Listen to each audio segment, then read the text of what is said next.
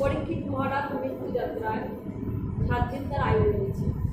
তো 7 দিনে তিনি কি করেছেন, খুঁজে বেরিয়েছেন যে 7টা দিন কিভাবে অতিবাহিত করা যায়, কিভাবে 7টা দিন তার পার করা যায়। তো জন্য তিনি বিভিন্ন মুনি ঋষিদের আশ্রয় নিলেন। তো 60,000 মুনি ঋষিদের নিয়ে তিনি বসেছেন। 60,000 মুনি ঋষির কাছে এক এক করে প্রশ্ন করছেন যে আমি তো গর্ভলক্ষণে মৃত্যু হবে আমার, আর 7 দিন মাত্র আয়ু রয়েছে, আমি কিভাবে 7টা দিন পার করব, আর আমি যে অভিশপ্ত হয়েছি আর সেই অভিশাপ কিভাবে কাটাবো। তখন একজন মুনি বললেন, তুমি যে হাত দিয়ে মৃত্যু সর্প পেঁচিয়েছো তোমার সেই হাত কেটে ফেলো। তখন পরীক্ষিত মহারাজ বলছে, মুনিরাজ যদি এই হাত কেটে ফেলা হয় তাহলে আমি ভগবানকে পাবো। তখন আরেকজন মুনি বলছে, যে চোখ দিয়ে তুমি মৃত্যু সর্প দেখেছো ওই চোখ দুটো উপড়ে ফেলা হোক। তখন বলছে, মুনিরাজ এই চোখ দুটো যদি চলে যায় তবে কি আমি ভগবানকে পাবো, তার বিনিময়ে আমি ভগবানকে লাভ করতে পারবো। তখন বলছে, যে পা দিয়ে তুমি এগিয়েছো অপকর্মে সে পা দুটো কেটে ফেলা হোক। তখন বলছে, এই পাও যদি চলে যায় কি ভগবানকে পাবো। এই যে দেখেন একটা প্রবাদে আছে, নানা মুনির নানা মত, এইখান থেকে শুরু হয়েছে। 60,000 মুনি ঋষিদের যখন প্রশ্ন করা হয়েছিল, পরীক্ষিত মহারাজ প্রশ্ন করছিলেন, এইখান থেকে সেই প্রবাদের সূচনা হয়েছে যে নানা মুনির নানা মত। একজনও কিন্তু সঠিক কিছু বলতে পারে। তখন কি করছিল আমাদের সেই সুখদেব গোস্বামী। সেই সুখদেব গোস্বামী দৌড়ে ছুটতে, সেই 16 বছরের বালক দৌড়ে এসেছিল, সে পরীক্ষিত মহারাজকে বলছিল, আপনার কিছু করতে হবে না, আপনার এই পাপের জন্য হাতও কাটতে হবে না, চোখও উপড়ে ফেলতে হবে না, আপনাকে একটা কথা বলবো, কৃপা করে শুনবে। 7 দিন যাবৎ ভাগবত শ্রবণ করুন। ওইখানে কিন্তু ব্যাসদেবও বসা ছিল, কিন্তু ব্যাসদেবও কোনো সঠিক সিদ্ধান্ত দিতে পারে নাই। তার পুত্র সেই 16 বছরের বালক দৌড়ে ছুটে এসেছে দাদাকে কিভাবে উদ্ধার করা যায়। তাই পরীক্ষিত মহারাজকে বলছে, মহারাজ 7 দিন যাবৎ আপনি 60,000 মুনি ঋষিদের সম্মুখে রেখে তাহলে আপনি উদ্ধার হতে পারবেন, আপনি শ্রী ভগবানের সে ধামে যেতে পারবেন। তখন তারা এক করে এক ভাগবতের শ্লোকগুলো উচ্চারণ করছিল। তার ভিতর থেকে একটা শ্লোক আমি বলবো, শ্লোকটি, ভক্তি তুষ্টে হরিতুষ্ট হরে তুষ্ট দেবতা ভবান্তি সিক্তা শাখা চ যথা মূলানি সেচনা। বলছে ভক্তকে তুষ্ট করলে হরি তুষ্ট হয়, আর হরিকে তুষ্ট করলে সমস্ত দেবতা সন্তুষ্ট হয়। তাই কি বলছে, হে জীবগণ তোমরা গাছের মূল রেখে শাখা পোশাখায় জল দিও না, মূলে শেষ প্রদান করো, তাহলে কি হবে সবকিছু হয়ে যাবে। তাই ভক্তকে তুষ্ট করলে, ভক্তকে ভালোবাসলে ভগবান শ্রীহরি সন্তুষ্ট, আর শ্রীহরি সন্তুষ্ট হলে সমস্ত দেবদেবী সন্তুষ্ট। এই জীবগণকে শিক্ষা প্রদান করেছে আমাদের এই ভাগবতের শ্লোকটি। তো আমরা যেভাবে ভগবানকে ডাকি না কেন, যে রূপে ভগবানকে ডাকি না কেন, উদ্দেশ্য কিন্তু ভগবানকে ডাকা। আসলে আমরা গণেশ রূপে ভগবানকে ডাকি, ভগবান শ্রীকৃষ্ণ কি বলছে যে নানা দেবতারও পূজা করলে আমারই পূজা করা হয়, কিন্তু একটু দেরি হয় বলে ফিরে আসতে, সোজা পথে আমারই পূজা করো। তবুও যদি কেউ অন্য দেবতা মনে করে অন্য দেবতার পূজা করে, ভগবান শ্রীহরি কি লাভ করবে। এরকম ছোট ছোট অনেক লীলা রয়েছে। তো আমাদের জগন্নাথ লীলায় গণপতি ভট্ট নামে একজন ব্যক্তি ছিলেন দক্ষিণ ভারতে, গণপতি ভট্ট। উনি তো শুদ্ধ ভক্ত ছিলেন, গণেশের ভক্ত ছিলেন, সমস্ত কিছু অধ্যয়ন করতেন, বই বিভিন্ন ধরনের গ্রন্থ তিনি অধ্যয়ন করতেন। করতে করতে একদিন বললেন যে পুরীতে নীলাচলে অবস্থানরত শ্রী জগন্নাথকে দর্শন করলে তাহার আর পুনর্জন্ম হয় না।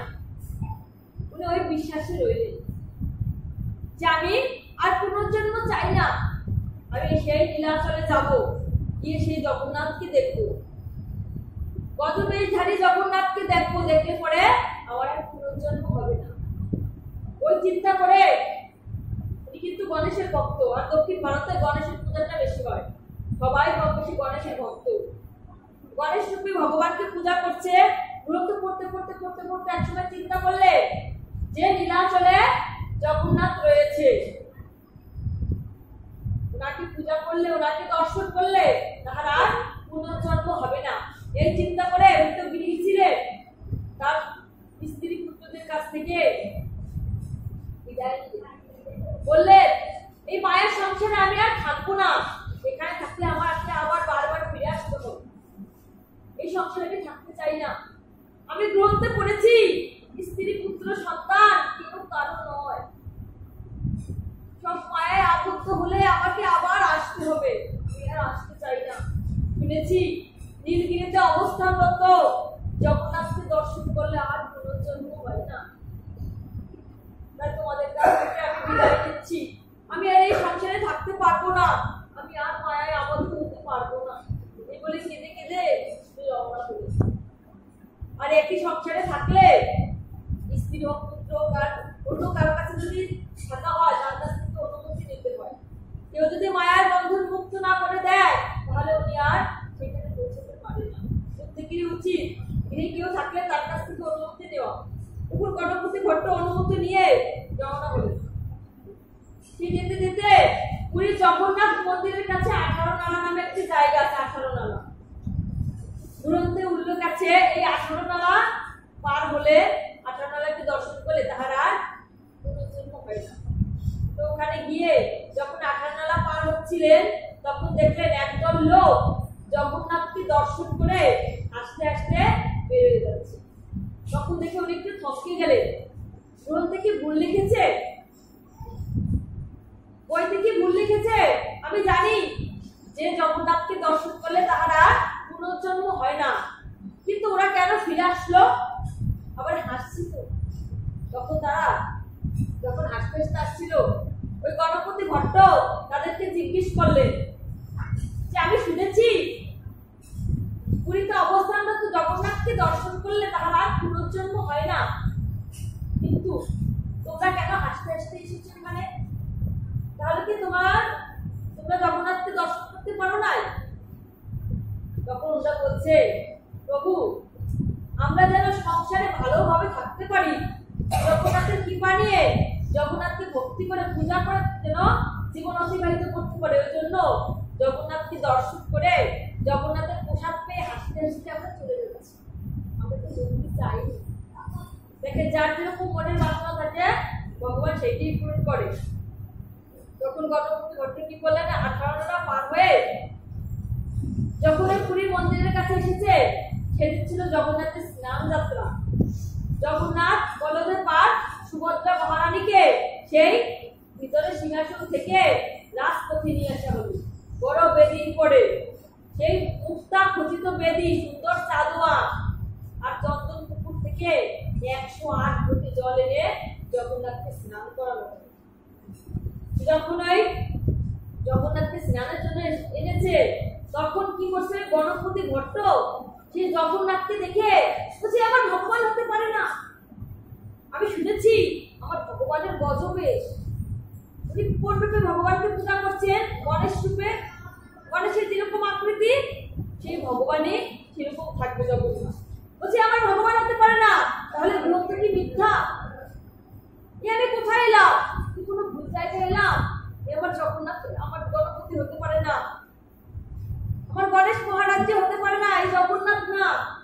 এগুলো যখনই গভীর বিশ্বাসে ঢুকেছে হঠাৎ এরকম দেখে মনের ভিতরে একটা প্রচুর খেয়ে উনি চিন্তা করলেন গ্রন্থে কি ভুল লিখেছে, কিন্তু আমার ভগবান না। এই চিন্তা করে উনি ফিরে যাচ্ছিলেন। সেদিন কি হয়েছে? ওদিন রাতে জগন্নাথ উনি রাজাকে স্বপ্ন দেখিয়েছেন। বলছে গণপতি ভট্ট নামে আমার এক ভক্ত এসেছিল, দেখো তো তাকে কোথায় পাওয়া যায় কিনা খুঁজে নিয়ে আসো।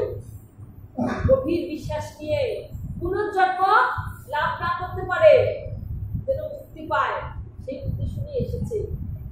ভক্তের মনে যদি কোনো প্রকার দ্বিধা সৃষ্টি হয়, জগতে কেউ আমাকে ডাকবে না। বলছে রাজা তাড়াতাড়ি গিয়ে তারা আনার ব্যবস্থা করো। তারপরে রাজা কি করছে, সৈন্য সামন্ত পাঠিয়ে দিয়ে ওই গণপতিকে খুঁজছে। গণপতিকে খুঁজতে খুঁজতে পেয়েছে। পেয়ে বলছে প্রভু কৃপা করে আপনি যাবেন না, আপনি যার জন্য এসেছে দেখুন ভগবান সে, আপনি কৃপা করে আসুন। তখন যখন নিয়ে গেছে স্নানের পরে জগন্নাথকে গজবে ধারণ করানো হয়। প্রতি বছর স্নানের পরে জগন্নাথকে হাতির মতো মুখ করা হয়। তো জগন্নাথকে হাতির মতো মুখ করা হলে বলদেব হয় সে তো মানে সাদা বর্ণের হাতি, আর সুভদ্রা মহারাজ কি সুন্দর একটা ফুলের মতো দেখতে লাগে। ওই জগন্নাথের ওই বেশ দেখেছি, দর্শন করেছি।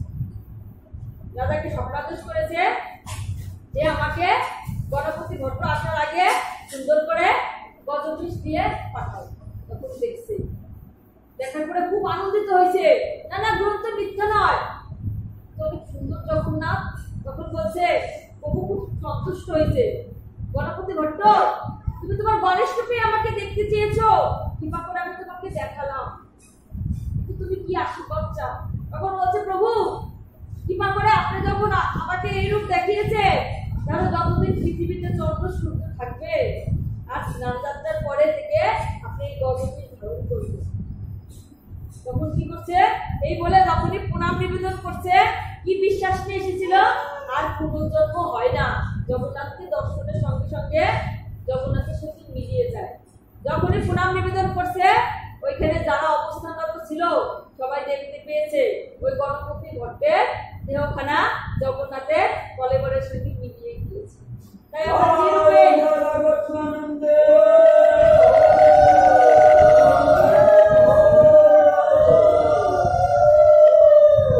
আমরা যে রূপে ভগবানকে ভালোবাসি না কেন, ভগবান আমাদেরকে সেই রূপেই দেখা দেয়।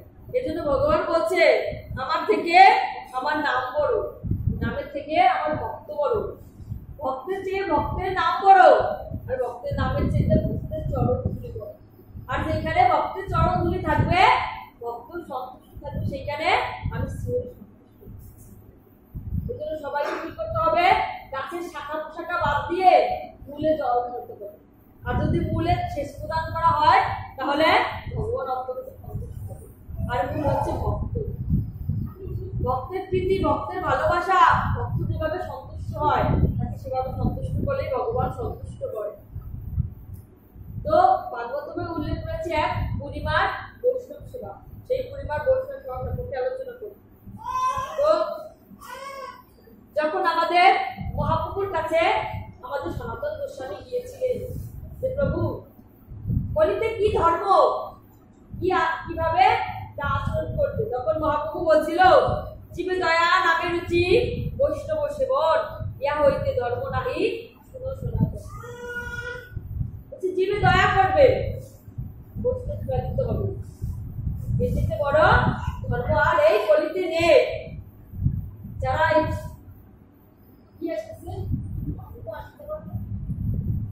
যারা জীবন অতিবাহিত করেছে ভগবানের সেবা প্রদান করে নাই, বৈষ্ণবের সেবা প্রদান করে নাই, এক বুড়িমা ছিল, উনি কি করতেন, ভিক্ষা করে জীবন অতিবাহিত করতেন। ওনার তিনকুলে কেউ ছিল না, উনি একটা নদীর পাশে একটা ছোট কুড়ে ঘর, পর্ণকুটি, সেখানে পর্ণকুটির ভিতরে থাকতেন।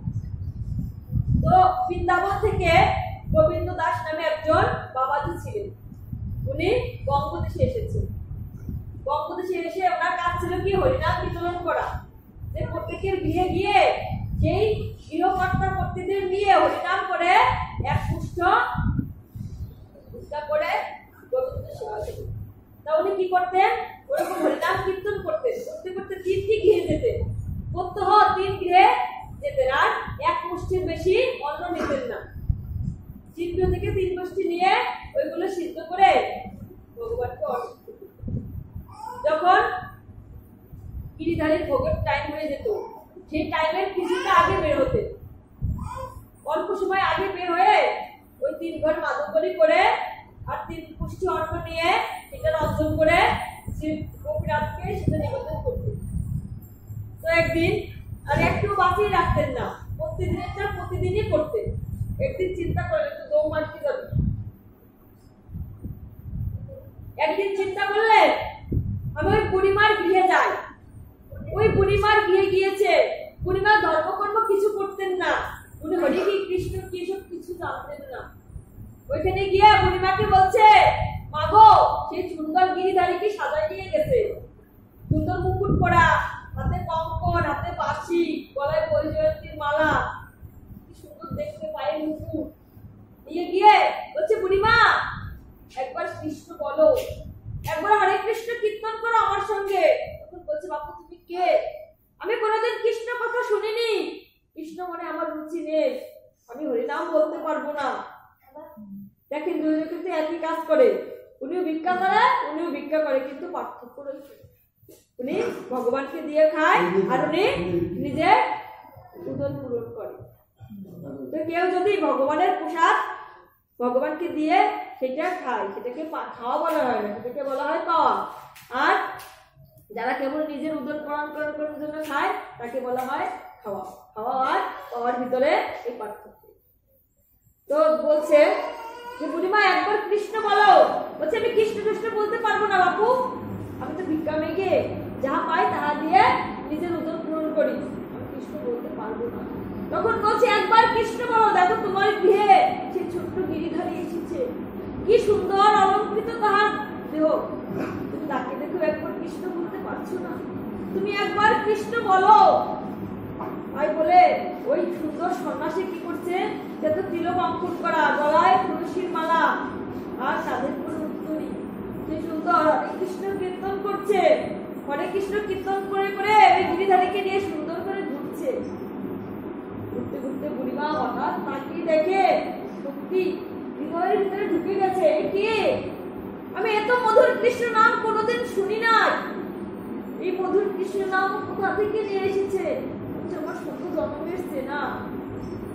তখন বলছে, বাবা বাবা গো, তোমার মুখে এত মধুর কৃষ্ণ নাম শুনে আমার এই লোহার পাষাণ দেহ মনে হয় বলে যাচ্ছে, বাবা আসো একবার তোমাকে একটু পরশ করি।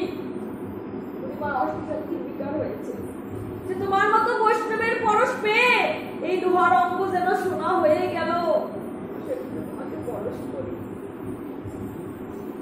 তোমার একটু চরণ ধুলি নে। কারণ ভগবান বলেছেন যে ভক্তের চরণ ধুলি বড়, আর তোমার চরণ ধুলি নিয়ে যদি আমার হৃদয়ে সাত্বিক ভাব উদয় হয় আর এই কৃষ্ণ দর্শন যদি পাই, তাহলে আর কিছু থাকে না। তখন কি করছে বুড়িমা, ওই সাধু চরণ জড়িয়ে ধরেছে আর দুই নয়নের জলে ভেসে যাচ্ছে, বলছে এই মধুর নাম আর কোনোদিন শুনি নাই। তখন দুইজনে মিলে ঘুরে ঘুরে হরে কৃষ্ণ কৃষ্ণ কৃষ্ণ হরে হরে, হরে রাম রাম রাম হরে হরে। ঘুরতে ঘুরতে ঘুরতে ঘুরতে বুড়িমা ওই সাধুর চরণে বারবার পতিত হচ্ছে, বলছে এরকম সাধুর পরশ আর জীবনেও পাইনি, এরকম সাধুর পরশ আমি আর জীবনেও পাই না। তখন বলছে সাধু, বুড়িমা আর যখন তুমি কৃষ্ণকে চিনতে পেরেছো, তোমার ভিতরে ভক্তির উদয় হয়েছে, তাহলে একটা কথা রাখবে। বলছে বলে, কি কথা তুমি বলো আমাকে। তখন বলছে যে আজ থেকে তুমি যে ভিক্ষা করো, সেই ভিক্ষা তুমি নিজের জন্য আর করো না, ওই 2 মুষ্টি অন্ন তুমি গোপীনাথকে দিয়ে তারপরে সেটুকু পেয়ে, আর যেখানে সাধু সঙ্গ হবে সেইখানে তুমি যেও, আর ভক্তের চরণ ধুলা তোমার অঙ্গে মেখো, দেখবে গোবিন্দ তোমাকে কোনোদিন ছেড়ে যাবে না। আমার কথায় যদি বিশ্বাস হয়, আমাকে যদি বৈষ্ণবী মেনে থাকো, তাহলে বলো বুড়িমা। তখন বুড়িমা কি করছে, পুত্র যা ভিক্ষা পায় তাই দিয়ে সে ভগবানের সেবা করে, সেবা দিয়ে সেই প্রসাদ পায়। তো গ্রন্থে বলছে যে 60,000 বছর যদি বিষ্ণুর আরাধনা করা হয়, তাতে বিষ্ণু সন্তুষ্ট নয়। বিষ্ণু সন্তুষ্ট একমাত্র বৈষ্ণব সেবা। যদি কেউ বৈষ্ণব সেবা দিতে পারে, 60,000 প্রচুর বিষ্ণু যে আরাধনা করে সেই একই কল্যাণ করে। তখন ওই পাঠক ওই সন্ন্যাসী বাবা বলছে প্রতিদিন বুড়িমাকে সাধু সঙ্গ করতে, কৃষ্ণ কথা শুনতে বলছে। ওই পাশের গ্রামে একটা মন্দির ছিল, সেই মন্দিরে একজন পাঠক ছিলেন, ভাগবত পাঠক। উনি প্রতিদিন পাঠ করতেন। ওই বুড়িমা প্রতিদিন ছুটে যেতে, ছুটে গিয়ে ওনার পাঠ শুনতেন। একদিন পাঠক পাঠ করতে করতে বললে, এ জীবন বৃথা, এই জন্ম বৃথা, যে মানব কুলে জন্ম নিয়ে একটু বৈষ্ণব সেবা প্রদান করে না, যে আজ অব্দি বৈষ্ণব সেবা দেয়নি, তার মানব জন্মই বৃথা। এই কথা বলায় বুড়িমার নয়ন জল আর কি ধরে রাখে, দর করে জ্বলছে। ওখানেই বসে আছে, সবাই চলে গেছে। ওই পাঠক মহাশয় যাওয়ার সময় বলছে, বুড়িমা তুমি যাবে না? তুমি এখানে বসে আছো, তুমি যাবে না?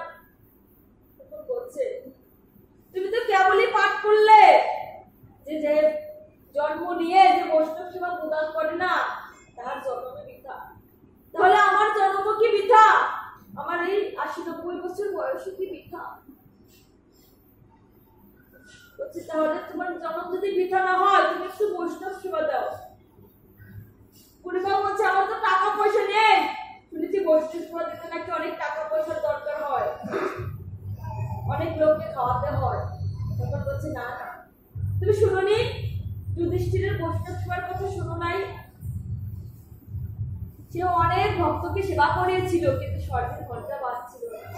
যখন রহিদাস বৈষ্ণবকে সেবা প্রদান করেছিল, স্বর্গের ঘন্টা কিন্তু বেজেছিল। বৈষ্ণবের মতো একজন বৈষ্ণবকে যদি সেবা প্রদান করতে পারো, তাহলে তোমার জীবন ধন্য হবে, তোমার জীবন ধন্য হবে। তখন বুড়ি বলছে, হ্যাঁ আমি তো মনে করেছিলাম অনেককে সেবা দিতে হবে, শুধুমাত্র একজনকে দিলে কি হবে? বলছে, হ্যাঁ হ্যাঁ হবে, তাহলে আমি পারবো, তাহলে আমি পারবো, আমার কোনো সমস্যা হবে না। ওই বুড়িমা এই কথা শুনে সেদিনকে গিয়েছে, পরের দিনকে আবার চিন্তা করছে, আমি তো বৈষ্ণব সেবা দিতে চেয়েছি, কিন্তু বৈষ্ণব কে? আমি তো বৈষ্ণব চিনি না, কাকে বৈষ্ণব বলে? তাহলে পাঠকের কাছ থেকে শুনে আসবো বৈষ্ণব কাকে বলে। তখন গিয়ে বলছে, পাঠক মহাশয় বৈষ্ণব কাকে বলে? বৈষ্ণবকে তো আমি চিনি না, আমাকে একটু বলো। তখন পাঠক মহাশয় বলছে যে আমাদের মহাপ্রভু চৈতন্য চরিতামৃতে বলেছে, যাহারে দেখিয়া বদনে আইসে কৃষ্ণ নাম, তাহারে জানিও তুমি যাকে দেখি তোমার মনে কৃষ্ণ ভক্তির উদয় হয়, মুখে কৃষ্ণ নাম আসে, মনে আশীর্বাদ উদয় হয়, সেই তো বৈষ্ণব। আমি পাঠ করতেছি, পরে বললো। বলছে, বুড়িমা তোমার কাকে দেখে হৃদয়ের ভিতরে কম্পিত হয়, আর কাকে দেখার সঙ্গে সঙ্গে তোমার হৃদয়ের মুখ থেকে বদন থেকে কৃষ্ণ নাম বের হয়? তখন বলছে, বাবারে আমার গৃহে এক সন্ন্যাসী এসেছিল, তাকে দেখে আমার হৃদয়ে কৃষ্ণ নাম অঙ্কিত হয়েছে, আর তাকে দেখেই তো আমি সাধু সঙ্গে এসেছি। আমাকে মনে হয় উনি কৃষ্ণ ভক্ত, উনি বৈষ্ণব, কিন্তু ওনাকে তো সবসময় পাওয়া যাবে না, উনি যে কোথায় থাকে ওনাকে তো খুঁজে পাওয়া যাবে না। তখন বলছে, আর কাউকে কি পাও কাছাকাছি দেখা যায়, তাকে কি পাও? তখন বলছে, বাবা পাঠক বাবা তোমার কথাই তো শুনে আজ আমি বুঝতে পেরেছি বৈষ্ণব সেবা ছাড়া এই জীবন বৃথা। তোমার কথা শুনে তো আমার হৃদয়ে কৃষ্ণপ্রেম উদিত হয়েছে, তাহলে আমি তোমার সেবা দিতে চাই বাবা। বলছে, ঠিক আছে। তখন ওই বুড়িমা যখন ভিক্ষা আনে, দেখবেন কারো বাড়িতে কোনো অতিথি আসলে পরে আমরা তাকে ভালোটা খাওয়ানোর চেষ্টা করি। ওই বুড়িমা কি করছে, যে যখন আমি ভিক্ষা করতে যাব, যেদিনকে চিকন চাল পাবো সেই চিকন চাল দিয়ে আমার বৈষ্ণব সেবা দেব। তাহলে চিন্তা করতে করতে প্রতিদিন মোটা চাল পাচ্ছে, মাঝে একদিন চিকন চাল পেয়েছে। তো চিকন চাল পেয়ে উনি দৌড়ে গিয়েছে সেই পাঠকের বাড়িতে। বাড়িতে গিয়ে বলছে, পাঠক মহাশয় বাড়িতে আছেন? ওনার বউ ঘর থেকে বেরিয়ে এসেছে। বলছে, বুড়িমা ওই তো এই মাত্র বের হয়ে গেল, কোথায় যেন নিমন্ত্রণ আছে সেখানে চলে গেছে।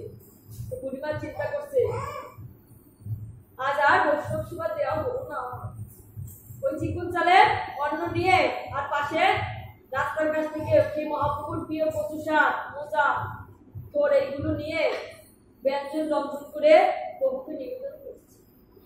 নিবেদন করে প্রভুকে নিবেদন করে চিন্তা করছে, প্রভু আজ আমার বৈষ্ণব সেবা হলো না। তখন আবারও ভিক্ষা করছে, করতে করতে একসময় আবারও চিকন চাল পেয়েছে। বলছে আজ আমি চিকন চাল পেয়েছি। আর পাশে রাস্তার পাশে দৌড়াতে দৌড়াতে গিয়ে যে কচু শাক মোচা ঘন্ট তোর যা পাই নিয়ে যাবো, গিয়ে ব্যঞ্জন রন্ধন করে আজ আমার বৈষ্ণব সেবা দিয়ে দেবো। তখন চিন্তা করলেন আজ মহাপ্রভুর বৈষ্ণব প্রিয় খাবার দিয়ে বৈষ্ণব সেবা হবে। চিন্তা করতে করতে দৌড়ে গেলেন সেই পাঠকের বাড়িতে। পাঠক মহাশয় বাড়িতে আছে? ওনার স্ত্রী ঘর থেকে বেরিয়ে বলছে, মা গো কেবলই বের হয়ে গিয়েছে। বলছে আর আমার বৈষ্ণব সেবা দেওয়া হলো না বুঝি। কাঁদতে কাঁদতে বাড়িতে ফিরে ওই বিষণ্ণ কষ্ট মন নিয়ে পরের দিন আবার পাঠ শুনতে এলেন। ওই পাঠক পাঠ করছে যে আজও গোবিন্দ আসে, ডাকার মতো ডাকলে আসে। আজও ভক্ত আর ভগবানের জন্য আসন পেতে ভোগ নিবেদন করে আর মনে বিশ্বাস রেখে ডাকলে পরে ভগবান আসে। ডাকতে হবে, আজ আসন পেতে হৃদয় মন্দিরে ভগবানকে ডাকতে হবে। যদি ডাকার মতো ডাকতে পারা যায়, ভগবান না এসে থাকতে পারে না, সঙ্গে ভক্তকেও নিয়ে আসে। তখন বুড়িমা চিন্তা করলে আজ আর নিমন্ত্রণ করবো না, 2-2বার গিয়েছি। আজ এই পাঠক বলেছে, গ্রন্থে উল্লেখিত আছে ভক্ত আর ভগবানকে আসন পেতে ভক্তি সহকারে ডাকলে তারা নিজেরাই চলে আসবে। আমি তো বোকা, কেন নিমন্ত্রণ করতে গেলাম? আর যদি নিমন্ত্রণ না করে আমি ডাকি তাহলে আসবে, তাহলে আমি আর নিমন্ত্রণ করবো না। আমি ভগবানকে ভোগ নিবেদন করে আসন পেতে রাখবো ভক্ত আর ভগবানের জন্য। আর 2 নয়নের জল ছেড়ে কাঁদবো, প্রভু গ্রহণ করো। তোমার এই বুড়িমা যা দিয়েছে, এই অভাগিনী যা দিয়েছে সেটা গ্রহণ করো। এই নিবেদনটুকু করবো। কি করেছে বুড়িমা? সেদিন আর চিকুন চালের অন্ন পেয়েছে, আর ওই কচু শাক ঝোল মোজা যা কিছু ছিল মহাপ্রভুর প্রিয় সেগুলি রন্ধন করেছে। রন্ধন করে 2টা আসন পেতেছে। ভগবানকে ভোগ নিবেদন করে 2টা আসন পেতেছে। একটা কার জন্য?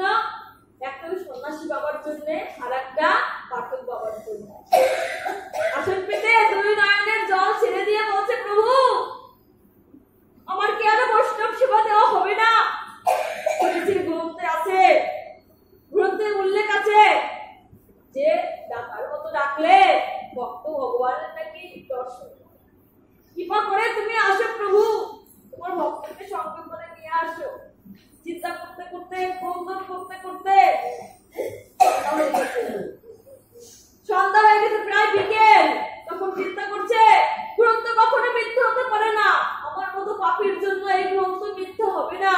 হয়তো আমি ডাকার মতো ডাকতে পারি নাই, তাই তো প্রভু ভক্ত নিয়ে আসে নাই। আমি আর এই জীবন রাখবো না। 2 হাতে 2 থালা প্রসাদ নিয়ে গঙ্গাতে বিসর্জন দিতে যাচ্ছি। যা প্রসাদ, তোরা তো আজ বৈষ্ণব সেবায় লাগলি না, তোরা যখন লাগলি না আর আমার এই দেব রাখবো না।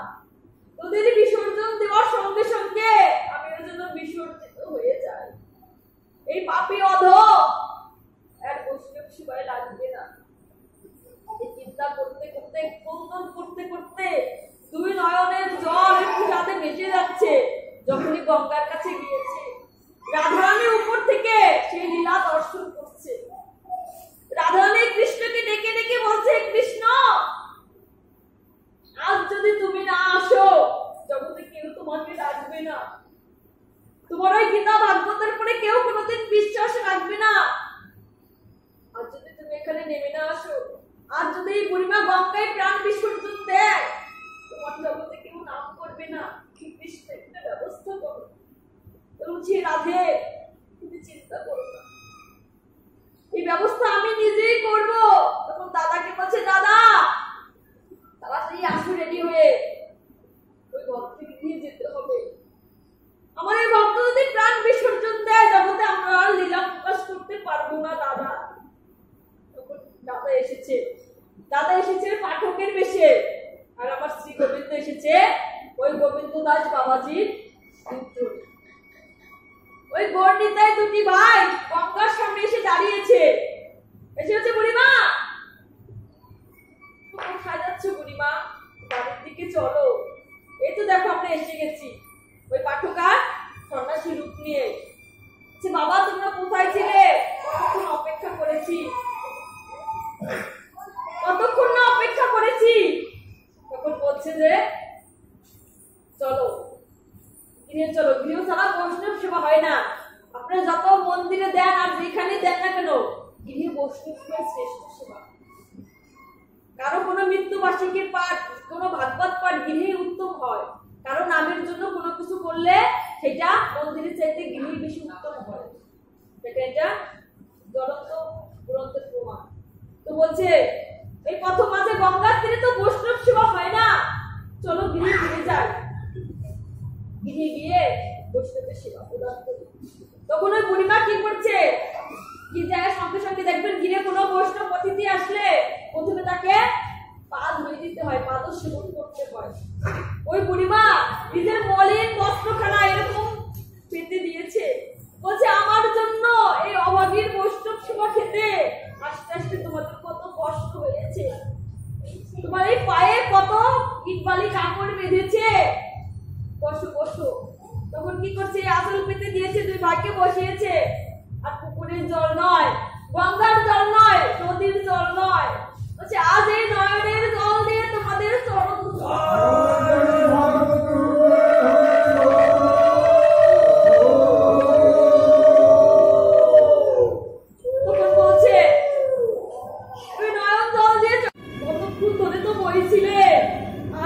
সেবা করার সময় হয়েছে, এই পাপী দেহ উদ্ধারের সময় হয়েছে।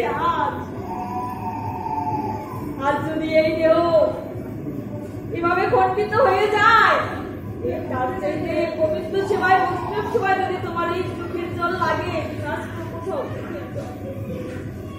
ওই চোখের জল দর দর করে দুই ভাইয়ের চরণ ধৌত করে দিচ্ছে।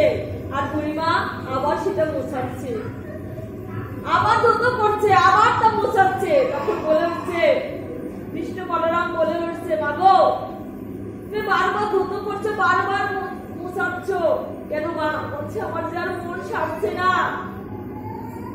আমার তো মন সারছে না। তোমাদের চরণ কি ধোয়া হয়েছে, আমার তো মনের মলিনতা যায়নি। তখন কৃষ্ণ বলছে তোমার মতো ভক্ত জগতে নাই, তোমার মতো ভক্তির একটু চরণ ধুলি দাও। ভগবান বলছে যে আমার মনে ভক্তি নেই, তোমার মতো ভক্ত জগতে দুর্লভ, তোমার একটু চরণ ধুলি দাও। তখন বুড়িমা কি করছে, ওই চরণ দুখানা আগলে রেখেছে। বলছে বারবার কেন দ্রুত করছে জানো, আমাকে এই চরণ ছাড়া করো না, এই চরণ না হতে চাই না। তোমাদের মতো বৈষ্ণবের চরণ ছাড়া হলে আজ আমার এই জীবন বৃথা হবে। ওই জন্য তো বারবার চোখের জল দিয়ে এই চরণ দ্রুত করছি, আর ছাড়তে চাই না। তখন কি হয়েছে, বেলা গড়িয়ে পড়েছে, বৈষ্ণব সেবাটা একটা টাইম রয়েছে। এখন কি করছে, বলছে বুড়িমা কৃষ্ণ বলরামকে বলছে, বাবা গো তোমাদের জন্য যে প্রসাদ সাজিয়ে রেখেছি, বেলা তো চলে গেল, তোমরা একটু বসো, গিয়ে সেবা করো। তখন গিয়ে দুই ভাইকে আসনে বসিয়ে সেবা করাচ্ছে। যখনই কৃষ্ণ বলরাম প্রসাদ খাচ্ছে, তখন বলছে তোমরা কিন্তু একা একা হাত ধুও না, আমি একটু পুকুর থেকে জল নিয়ে আসি। দেখুন বৈষ্ণব সেবা করালে তাদের হাত নিজেদের ধৌত করে দিতে হয়। আসতে তো প্রথমে পা চরণ ধৌত করতে হয়, আর খাওয়ার শেষে হাত ধৌত করতে হয়, দিতে হয়। তখন কি করলেন, ওই বুড়িমা একটা ঘটিতে করে পুকুরে জল আনতে গেলেন। যখনই জল ভরছে, ওই যে আসল পাঠক আর সন্ন্যাসী, ওটা দুজন দুই দিক থেকে আসছে। ওই তাদের ছবি জলে পতিত হয়েছে, প্রতিছবি পড়ছে জলের পরে। তখন বুড়িমা ওই জলের দিক তাকিয়ে বলছে, তোমাদের এত তাড়াতাড়ি সেবা করা হয়ে গেল? বললাম না উঠো না, বললাম তো উঠো না, আমি হাত ধুতে করে দেব, সেজন্য জল নিতে এসেছি। তখন ওই পাঠক আর সন্ন্যাসী বলছে, কি বলছো বুড়িমা? আমরা তো এখন কোথা থেকে যেন এসেছি। আমি তোমার গিয়ে যাইনি বুড়িমা। কেন, তোমার গিয়ে কি হয়েছে? কাকে সেবা দিয়েছো? বলছে, কেন, তোমাদের দুজনকে তো বসিয়ে রেখেছিলাম, সেবা করতে দিয়েছিলাম ভগবানের প্রসাদ। বলছে, তুমি কি বলছো? চলো চলো তাড়াতাড়ি যাই। গিরের ভিতরে প্রবেশ করেছে, গিয়ে দেখে সেই কৃষ্ণ বলরাম গৌরনিতাই রূপে সে প্রসাদ পাচ্ছে। আর প্রসাদ খেতে খেতে ওনার আসল আকৃতি ফিরে এসেছে। যখন দেখেছে পাঠকার সন্ন্যাসীর সামনে, তখন ভগবান নিজের প্রকৃতিতে ফিরে এসেছে। যখন প্রকৃতিতে ফিরে এসেছে, তখন পাঠক মহাশয় বলছে, আর এই মুখে কত গীতা ভাগবত পড়েছি, কত ভগবানের আরাধনা করেছি বুড়িমা, তোমার মতো ভক্ত হতে পারিনি। আজ তোমার জন্য এই কৃষ্ণ বলরামের দর্শন পেলাম বুড়িমা। না জানি আমাদের দেহে কত অপরাধ আছে, আর তুমি কত শুদ্ধ মনে ভগবানকে বৈষ্ণব সেবা প্রদান করেছো, তাই ভগবান নিজে এসেছে। তাই ভক্তের সেবা দিতে দিতে ভগবান এক সময় আসে, ভক্তের চরণ ধরে নিতে নিতে সেইখানে যখন গোবিন্দ, এক সময় গোবিন্দ চরণ ধরে নেওয়া হয়ে যায়। তখন সন্ন্যাসী বলছে, এই গিরিধারীকে নিয়ে কত দেশ দেশান্তর ঘুরে বেরিয়েছি, ওই কোনোদিন তো গিরিধারীর আসল স্বরূপ দেখতে পাইনি। বুড়িমা, তুমি এত বড় ভক্ত, তোমার মতো ভক্ত জগতে আর পাওয়া যাবে না বুড়িমা। তোমার চরণ ধরে দাও বুড়িমা। ওই ভক্ত ভগবানের চরণ ধরে না নিয়ে ওই বুড়িমার চরণ ধরে নিচ্ছে। যে তোমার ওই চরণ ধরে পরে আজ এই গৌরনিতাইকে দেখতে পেলাম বুড়িমা। আর